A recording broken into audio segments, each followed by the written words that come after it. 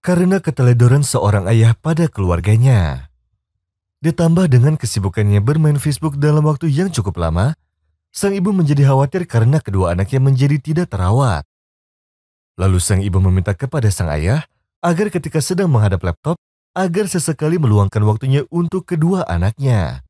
Tetapi, sang ayah tidak memperdulikannya dan justru malah marah akan nasihat istrinya tersebut. Bahkan, ia sampai melebih-lebihkan masalah ini. Lalu sang ayah terus menghadap laptop saat lampu di tempatnya masih menyala. Dan ketika lampunya padam, maka sang ayah langsung keluar rumah menuju temannya di tempat yang lain. Dan laptopnya pun dibawa hingga dia tidak pulang hingga larut malam. Anaknya pun sudah tertidur. Dan ketika sang ibu menegaskannya antara memilihnya atau memilih laptopnya, dia malah langsung pergi keluar.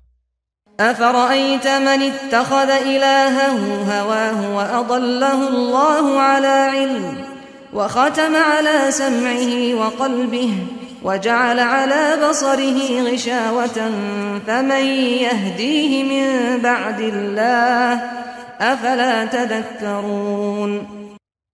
Ketika sang ayah tidak ada, anaknya yang paling besar yang sudah berusia 14 tahun duduk di depan laptop ayahnya. Lalu, dia mulai masuk ke dunia internet dan akun jejaring YouTube hingga dia mengerti cara mengoperasikannya. Suatu malam, sang ibu masuk lalu menemukan anaknya di depan komputer yang sedang mendengarkan seseorang di dalamnya sambil memegang pisau hendak melukai tangannya sendiri. Seakan itu adalah pemandangan yang buruk. Wajah anaknya tidak terlihat jelas, tetapi cahaya pisaunya sangat terlihat jelas.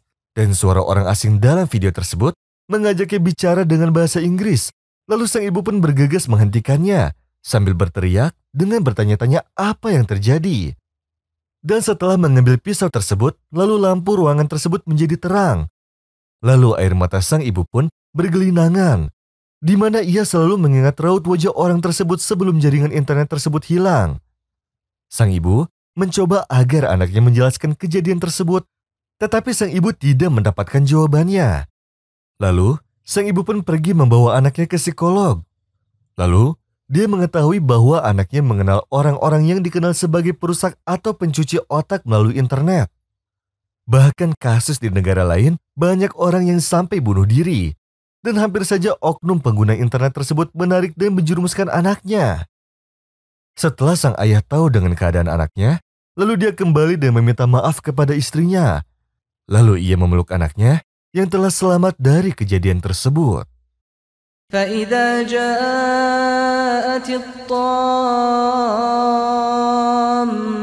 الكبرى يوم يتذكر الإنسان ما سعى وبرزت الجحيم لمن يرى فأما من طغى وآثر الحياة الدنيا فإن الجحيم هي المأوى وأما من خاف مقام ربه ونهى النفس عن الهوى فإن الجنة هي المأوى.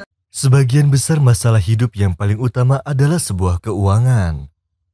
Maka dari itu, Usama menenangkan temannya yaitu Marwah agar segera menikah sebelum hilang masa muda mereka berdua dan keindahan setiap harinya.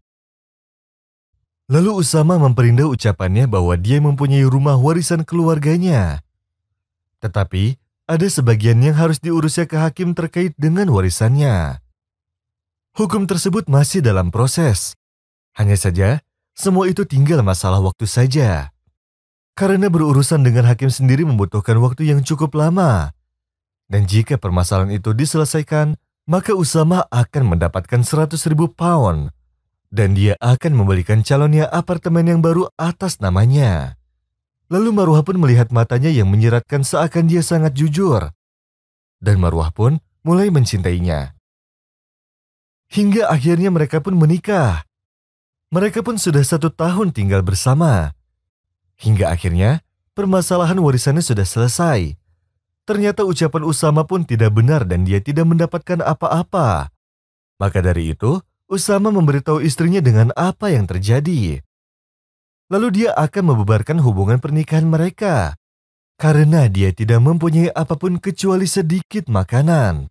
Dan bagaimanapun juga, keluarga istrinya tidak terima dengan semua itu.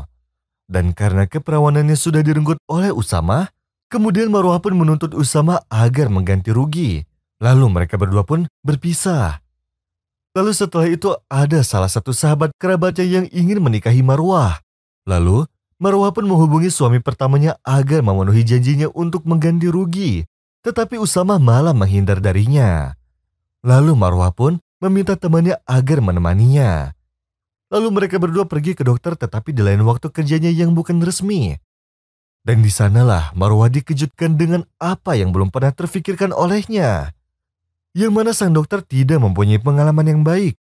Namun sang dokter tetap setuju untuk mengoperasinya. Tetapi dengan syarat agar Marwah mau melakukan hubungan intim dengannya sebelum keperawanannya dioperasi. Dan ketika Marwah berteriak kencang, sang dokter pun berkata, "Ada apa denganmu? Sebelum melakukan operasi, kau sudah pernah melakukan hal tersebut sebelumnya. Lantas kenapa kamu harus bingung untuk melakukan hal yang sama untuk kedua kalinya?" Lalu Marwah pun keluar sambil menangis. Lalu temannya berkata bahwa itu sudah sering terjadi dan dia juga pernah mendengar bahwa sebagian dokter tidak mempunyai hati dan meminta untuk berhubungan sebelum melakukan operasi keperawanan para pasiennya. Karena itu adalah pekerjaan pemalsuan sesuatu. Dan siapa saja yang menginginkan pemalsuan, maka dia harus menerima resikonya. Lalu Marwah pun merasa resah dengan kejadian tersebut dan dia sangat menyesal. Karena dulu dia terburu-buru untuk memutuskan menikah. Lalu karena dia juga akan menikah dengan seseorang, maka dari itu agar sang calon tidak merasa dirugikan, Marwah berbicara padanya dan memberitahunya bahwa dia sudah pernah menikah sebelumnya yang hanya berjalan 2 tahun saja. Lalu calon suaminya yang baru berkata sambil menenangkannya, "Karena kita masih ada hubungan kekerabatan, maka jangan sampai kabar ini tersebar, dan aku tidak akan menduakan kamu dengan wanita lain. Karena menurutku ini adalah permasalahan tentang awal membangun rumah tangga."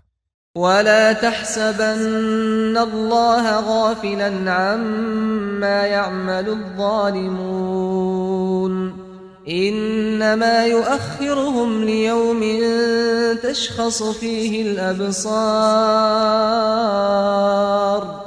مهطعين مقنعي رؤوسهم لا يرتد إليهم طرفهم وأفئدتهم هواء. Seorang wanita masuk ke salah satu toko pakaian yang mahal untuk membelikan pakaian anak-anaknya. Lalu, dia melihat laki-laki yang seumuran dengannya yang terlihat seperti orang yang kekurangan dan membutuhkan sesuatu. Dan laki-laki itu melihat pakaian dari luar toko dekat pintu kaca bersama anaknya. Lalu wanita itu memanggil mereka berdua dan mengajaknya masuk ke dalam toko. Lalu, perempuan itu meminta kepadanya agar anaknya memilih pakaian. Lalu laki-laki itu merasa malu dan memandang pakaian yang ada di depan anaknya. Setelah memperhatikannya dengan lama tanpa berbicara, lalu wanita itu mengambil 2 baju tersebut kemudian memberikannya kepada laki-laki itu, sambil memperhatikan mereka berdua dengan rasa kegembiraannya. Sang ayah pun berterima kasih kepada wanita itu. Lalu dia keluar dari toko tersebut untuk menuju ke rumahnya. Dia sangat senang hingga tidak dapat diungkapkan rasa senangnya tersebut. Dan setelah wanita itu selesai berbelanja, dia pun dikejutkan karena tidak ada mesin untuk melakukan transaksi pembayaran. Lalu, penjaga toko tersebut berkata bahwa mereka tidak mempunyai mesin kasir elektronik, tetapi mereka hanya melakukan pembayarannya secara manual. Di hari yang sama, setelah sang ayah dan anak itu sampai di rumah dengan rasa senang, lalu sang ayah memutuskan ingin bekerja semampunya. Lalu, dia bekerja sebagai penjual minuman dingin. Sambil menunggu di stasiun kereta pada waktu zuhur dalam keadaan panas, dia menaiki salah satu kereta sambil membawa minuman dingin tersebut. Lalu, dia menawarkannya kepada penumpang yang lain. "Siapa yang ingin minum tanpa harus membayar?" "Ya, tanpa harus membayar." Lalu dia membagikan kepada yang lainnya sambil tersenyum. Dan seperti itulah yang dilakukannya di setiap gerbong kereta. Lalu dia mengambil kembali botolnya atau sisa dari botol tersebut. Setelah itu salah satu penumpang yang merupakan salah satu orang yang kaya berkata, "Kenapa kamu melakukan itu?" Lalu dia menjawab, "Aku hanya bekerja sebagai pedagang yang sederhana saja, dan gajiku tidak mencukupiku maupun keluargaku. Aku tidak bisa bersedekah kecuali hanya air. Lalu aku menuangkan air dalam botol setiap hari yang kusimpan dalam kulkas sebanyak 50 botol. Dan aku membawanya ketika bekerja, dan aku membagikannya di dalam kereta. Aku yakin setiap kali kita bersedekah, maka rezeki kita akan bertambah." Lalu penumpang itu pun tersenyum.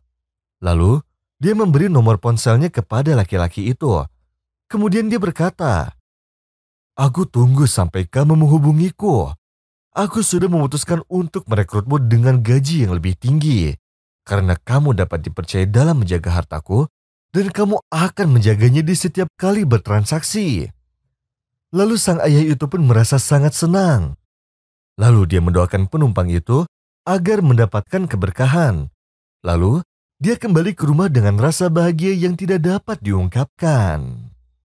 قل اللهم مالك الملك تؤتي الملك من تشاء وتنزع الملك ممن تشاء وتعز من تشاء